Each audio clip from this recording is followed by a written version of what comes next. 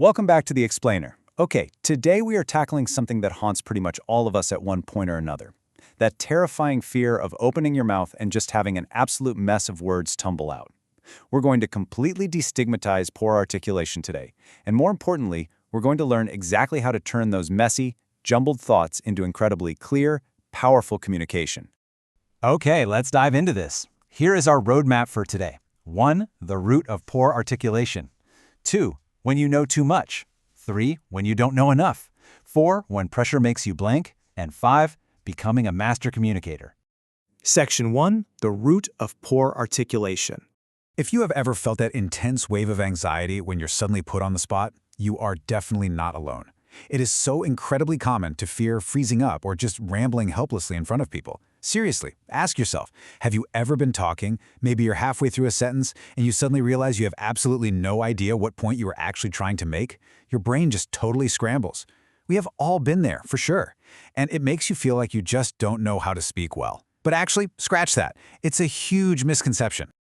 Here is the absolute paradigm shift we need to make today. Messy words come from messy thinking. Poor articulation is not a speaking problem at all. It is a thinking problem. If you want to sound articulate, you can't just practice talking. You need actual frameworks to filter and organize your thoughts before they ever even reach your mouth. Section 2. When you know too much. Now, this happens most often to the experts out there. Engineers, doctors, lawyers, really anyone deeply entrenched in a specific field.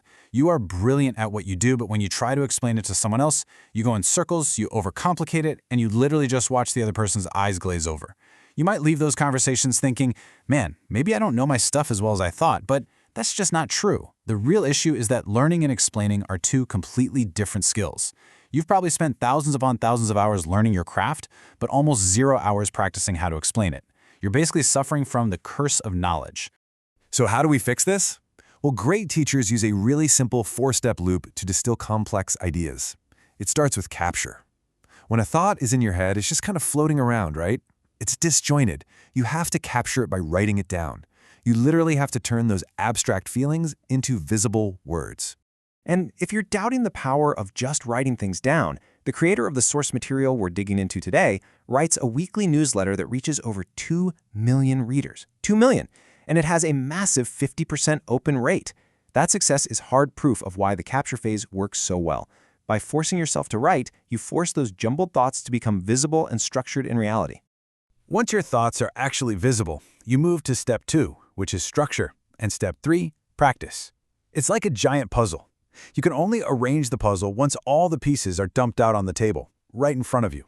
So, once you restructure those pieces into a logical flow, maybe throwing out some crazy complex jargon or adding a relatable metaphor, you have to practice. You must say it out loud. Recording yourself on your phone is an amazing way to do this because you literally need to feel how the words flow in your mouth and hear exactly where the logic breaks down.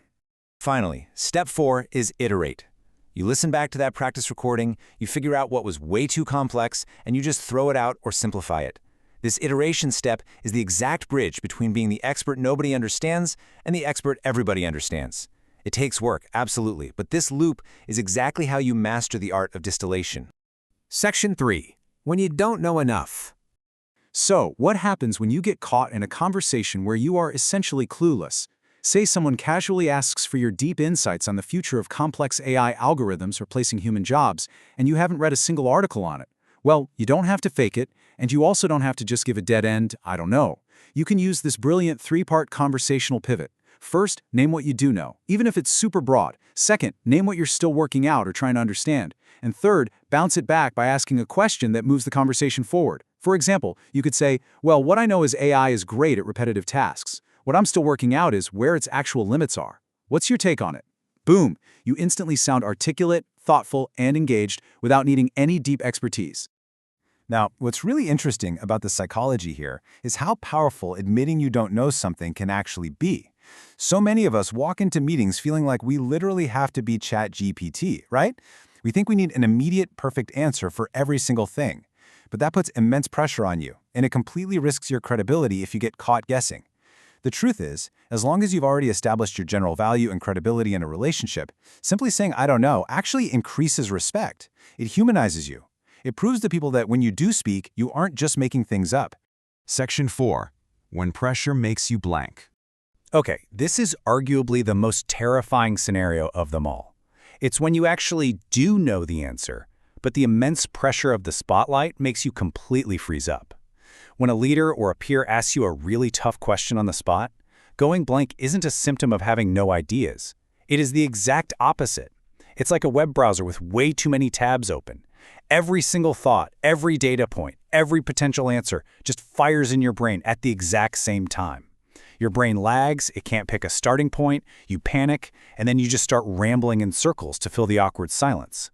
To stop going in circles, you need to use the POP framework, P-O-P. This is an absolute game changer of a tool to filter your thoughts under pressure so you can start sounding highly competent in the moment.